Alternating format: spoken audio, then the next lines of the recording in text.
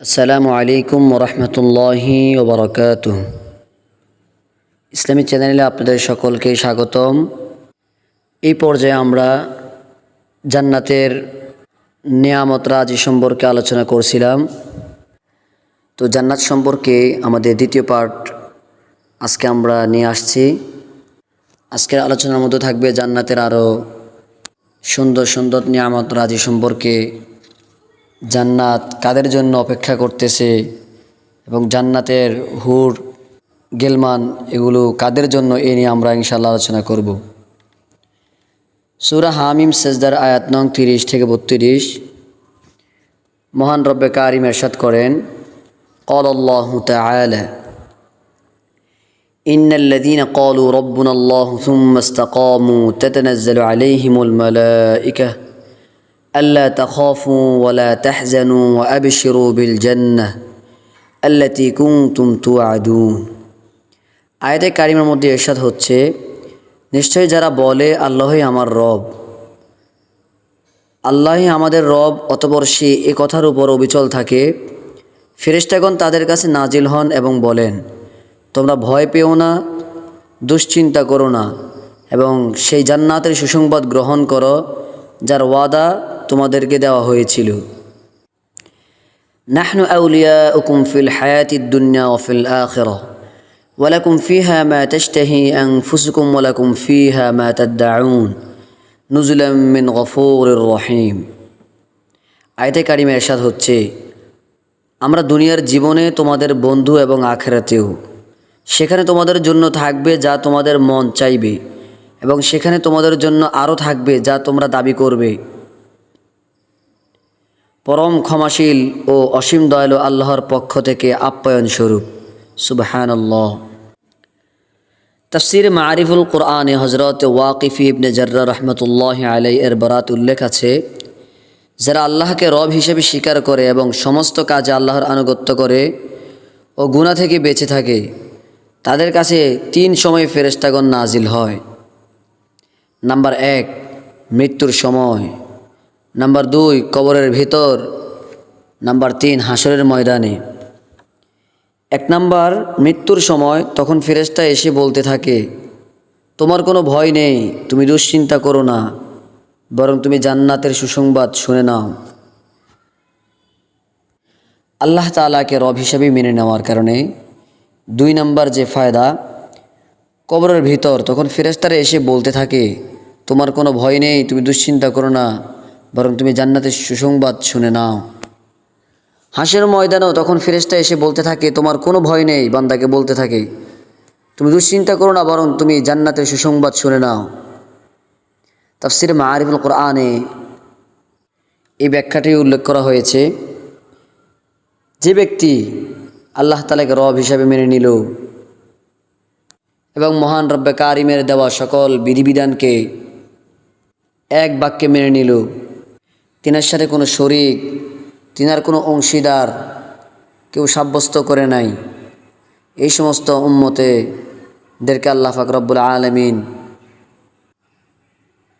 কিয়ামতের ময়দানে যেই দিন জাযা দেওয়া হবে, সেই দিন এই মুমিনদের জন্য শুভ সুসংবাদ। বলা হচ্ছে, মুমিনের জন্য জান্নাত হচ্ছে মহা সাফল্য। সূরা ফাতহ আয়াত নং 5, লিউদখিলাল মুমিনিনা ওয়াল মুমিনাতি জান্নাতিন তাজরি মিন তাহতিহাল আনহার খালিদিনা ফিহা ওয়া ইউকাফফিরু আনহুম সাইয়্যাতিহিম ওয়া কানা যালিকা ইনদাল্লাহি ফাওজান আযীমা।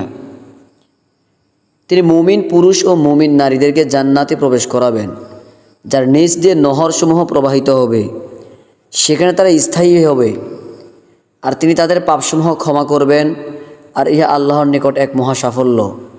অর্থাৎ একটা মুমিনের সবচেয়ে বড় সাফল্য হচ্ছে তার কুটিনাটি যে সমস্ত অপরাধগুলো আছে এগুলো মোচন করে স্থায়ীভাবে জান্নাতে বসবাস করা, স্থায়ীভাবে এমন একটি আবাসে বসবাস করা যেখানে কোনো ক্লান্তি থাকবে না, কোনো কষ্ট থাকবে না, যেখানে কোনো ঘাম থাকবে না, সেখানে তো শুধু থাকবে সুখ আর শান্তি।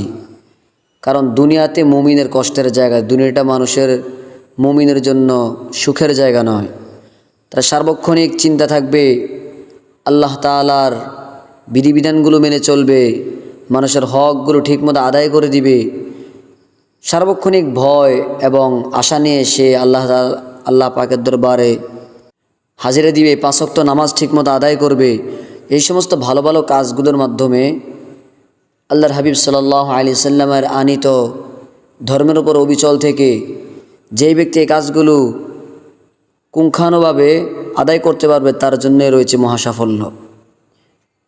মুমিনদের অগ্রপশ্চাতে নূর চমকাতে থাকবে।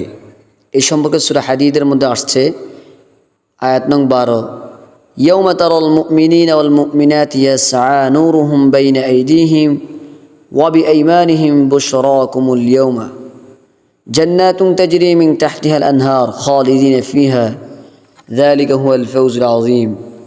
সেদিন তুমি মুমিন পুরুষদের ও মুমিন নারীদের দেখতে পাবে যে তাদের সামনে ও তাদের ডান পাশে তাদের নূর ছুটতে থাকবে। বলা হবে, আজ তোমাদের সুসংবাদ হলো জান্নাতের, যার তলদেশ দিয়ে নহরসমূহ প্রবাহিত, তথায় তোমরা স্থায়ী হবে। এটাই হলো মহাসাফল্য। সূরাতুল বুরুজের মধ্যে আসছে, ইন্নাল্লাযীনা আমানু ওয়া আমিলুস সালিহাতি লাহুম জান্নাতুন তাজরি মিন তাহতিহাল আনহার যালিকাল ফাওজুল কাবীর। নিশ্চয় যারা ঈমান আনে এবং সৎকর্ম করে তাদের জন্য রয়েছে জান্নাত, যার তলদেশে প্রবাহিত হবে নহরসমূহ। এটাই বিরাট সফলতা। মুমিনদের সফলতা বলতে আয়াতে কারিমের মধ্যে বারবার যে কথাগুলো বলা হয়েছে যে তাদেরকে এমন এমন জান্নাত দেওয়া হবে যে জান্নাতের তলদেশ দিয়ে নহরসমূহ প্রবাহিত হবে, যেখানে প্রশান্তিময় মৃদু বাতাস বইতেই থাকবে। এই সমস্ত সুখ স্বাচ্ছন্দ্য হলে তাদের আসল মহাসাফল্য। এই জন্য দুনিয়ার সামান্য সুখের জন্য, দুনিয়ার সামান্য ভোগ বিলাসের জন্য নিজেকে বিলিয়ে দিয়ে ঈমান আমলকে নষ্ট করার মতো আমরা কাজ যাতে করে না করি, আল্লাহ পাক রব্বুল আলামিনের দরবারে আমরা পানাহ চাই। এমনকি বলা হয়েছে স্বর্ণ ও মুক্তা দ্বারা জান্নাতীদেরকে সজ্জিত করা হবে।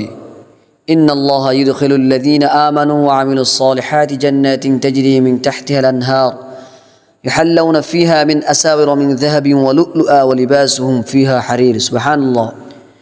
আয়াতে বলা হচ্ছে যারা ঈমান আনে ও নেক কাজ করে নিশ্চয় আল্লাহ তাআলা তাদেরকে দাখিল করবেন এমন জান্নাতে যার পাদদেশে নহরসমূহ প্রবাহিত, যেখানে তাদেরকে সোনার কাকন ও মুক্তা দ্বারা অলঙ্কৃত করা হবে এবং যেখানে তাদের পোশাক পরিচ্ছদ হবে রেশমের।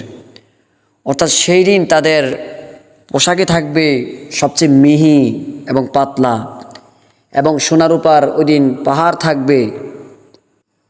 ওই দিন আল্লাহ পাক রব্বুল আলামিন মুমিনদেরকে কোনো কিছুর কমতি করবেন না।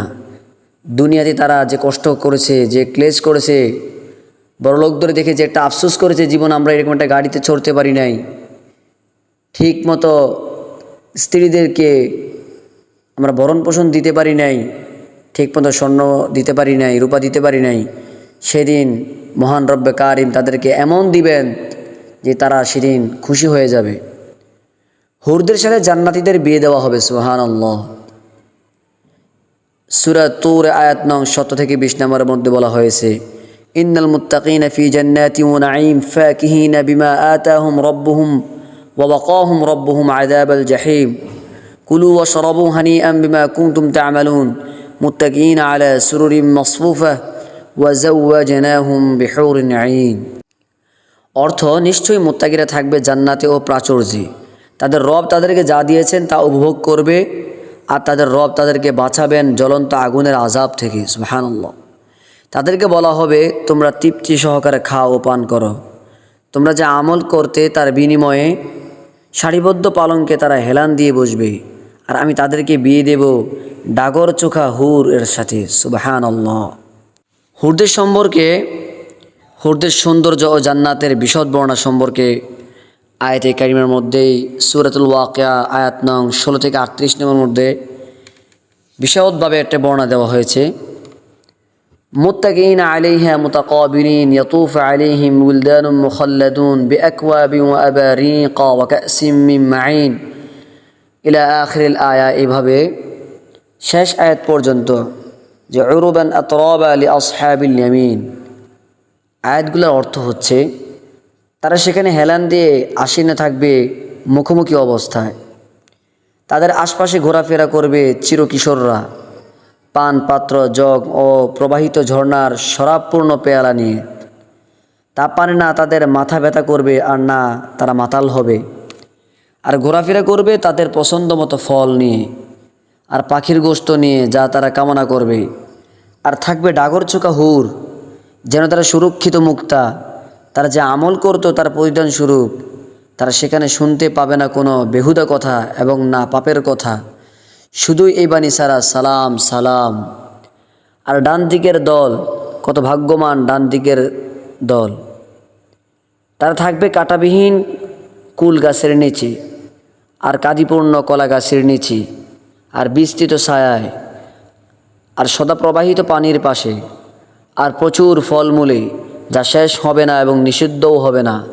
তারা থাকবে সুউচ্চ শয্যাসমূহে। নিশ্চয় আমি হুরদেরকে বিশেষভাবে সৃষ্টি করব, অথবা তাদেরকে বানাবো কুমারী, সোহাগিনী ও সমবয়সী ডান দিকের লোকদের জন্য। সুবহানাল্লাহ। এই হুরদের সম্পর্কে বলা হচ্ছে সূরা রহমানের মধ্যে 72 থেকে 74 নম্বর আয়াতে, জান্নাতের হুরদের ইতিপূর্বে কেউ স্পর্শ পর্যন্ত করেনি। হুরুম মাকসুরাতুন ফিল খিয়াম ফাবিআইয়ি আলাই রাব্বিকুমা তুকাযযিবান লাম ইয়াতমিসহুন্না ইনসুন ক্বাবলাহুম ওয়ালা জান। অর্থ, তাঁবুতে অবস্থানকারিণী হুরগণ। সুতরাং তোমাদের রবের কোন কোন নিয়ামতকে তোমরা উভয়ে অস্বীকার করবে? জান্নাতের হুরগণ, যাদেরকে ইতিপূর্বে কোনো মানুষ কিংবা কোনো জিন স্পর্শ করেনি। হুরগণ লাল গালিচায় হেলান দেওয়া অবস্থায় থাকবে। সুবহানাল্লাহ। মুত্তাকিইন আলা রফরফিন খুদরিন ওয়া আবকারিয়িন হিসান। তারা সবুজ বালিশে ও সুন্দর কারুকার্য খচিত গালিচার উপর হেলান দেওয়া অবস্থায় থাকবে। সুবহানাল্লাহ। সূরা আর রহমানের 56 থেকে 61 নম্বর আয়াতের মধ্যে বলা হয়েছে, জান্নাতের হুরগণ হবে হীরা ও মুক্তার ন্যায়। সেখানে থাকবে স্বামীর প্রতি দৃষ্টি সীমিতকারিণী হুরগণ, যাদেরকে ইতিপূর্বে স্পর্শ করেনি কোনো মানুষ আর না কোনো জিন। সুতরাং তোমাদের রবের কোন কোন নিয়ামতকে তোমরা উভয় অস্বীকার করবে? তারা যেন হীরা ও প্রবাল। সুতরাং তোমাদের রবের কোন নিয়ামতকে তোমরা উভয় অস্বীকার করবে? উত্তম কাজের পরিধান উত্তম ছাড়া আর কি হতে পারে? সুবহানাল্লাহ। আমরা আমাদের আলোচনা শেষের দিকে চলে এসেছি। আমরা সর্বপ্রথম নেক আমল সম্পর্কে আলোচনা করেছিলাম, যে আমলগুলো করলে আল্লাহ পাক রব্বুল আলামিন আমাদেরকে জান্নাতের মতো একটি নিয়ামত দান করবেন। তো আমরা জান্নাত নিয়ে আলোচনা করার মধ্যে, যে জান্নাতে কি থাকবে, জান্নাতের মধ্যে আল্লাহ পাক রব্বুল আলামিন কিসের ওয়াদা করেছেন আমাদের সাথে, এই বিষয়ে আমরা কোরআনে পাকের আয়াত দ্বারা আমরা দলিল পেশ করেছি। তো বলা হয়েছে, নেকির পাল্লা ভারী হলেই তারা সফলকাম হবে। সূরাতুল মুমিনুন আয়াত নং 102 থেকে 3, ফামান সাকুলাত মাওয়াজিনুহু ফাউলাইকা হুমুল মুফলিহুন ওমান খাফাত মাওয়াজিনুহু ফাউলাইকা আল্লাযীনা খাসিরু আনফুসাহুম ফি জাহান্নাম খালিদুন। আয়াতে কারিমার মধ্যে বলা হচ্ছে, অতঃপর যাদের পাল্লা ভারী হবে তারাই হবে সফলকাম, আর যাদের নেকি পাল্লা হালকা হবে তারা নিজেদের ক্ষতি করেছে, তাদের স্থান হবে জাহান্নাম। অর্থাৎ এখানে বোঝানো হয়েছে, যার নেকি যত ভালো হবে, যার নেকি যত ভারী হয়ে যাবে, সেই ব্যক্তি সেদিন সফলকাম। অন্য আয়াতের মাধ্যমে জানা যায় যে ডান হাতে যাকে আমল দেওয়া হবে ওই ব্যক্তি সফলকাম, আর যার আমল নামা দেওয়া হবে বাম হাতে ওই ব্যক্তি হবে সবচেয়ে দুর্ভাগা। এই জন্য আমরা মহান রব্বে কারিমের দরবারে লাখো কোটি শুকরিয়া আদায় করি, তিনের নিয়ামতরা যে আমরা ভোগ করতেছি, এবং আমরা আল্লাহ পাক রব্বুল আলামিনের নিকটে দোয়া করব তিনি যাতে করে আমাদের এই ছোটোখাটো আমলগুলোকে কবুল করে নেন, এবং আমরা যে আমলগুলোই করি না কেন এগুলো যেটা করে আমরা ইখলাসের নিয়তে করতে পারি, এবং এগুলো যেটা আমাদের নাজাতের উসিলা হতে পারে। আমরা 2-1 টাকা যে যাই পারি আমরা দান করি, এগুলো যাতে করে আমাদের রবের সন্তুষ্টির কারণেই হয়। গোপনে দান করি আর কি ওপেন দান করি, এগুলো যাতে করে আমাদের নাজাতের উসিলা হিসেবে সেই দিন আল্লাহ পাক রব্বুল আলামিন আমাদেরকে কাজে লাগান, এই দোয়া ও কামনা করি আমরা রব্বে কারিমের নিকটে। তো ইনশাআল্লাহ আজকের আলোচনা আমরা এখানেই শেষ করতেছি। ধারাবাহিকভাবে ইনশাআল্লাহ আমাদের ইসলামিক ভিডিওগুলো পেতে আমাদের সাথেই থাকুন, এবং আমাদেরকে যারা ফলো করতেছেন, আমাদের বিষয়গুলি শুনতেছেন, আল্লাহ পাক রব্বুল আলামিন তাদেরকে যাতে করে উত্তম জাযা খায়ের দান করুক আমরা দোয়া করি। ওয়া আখিরু দাওয়ানা আলহামদুলিল্লাহি রাব্বিল আলামিন।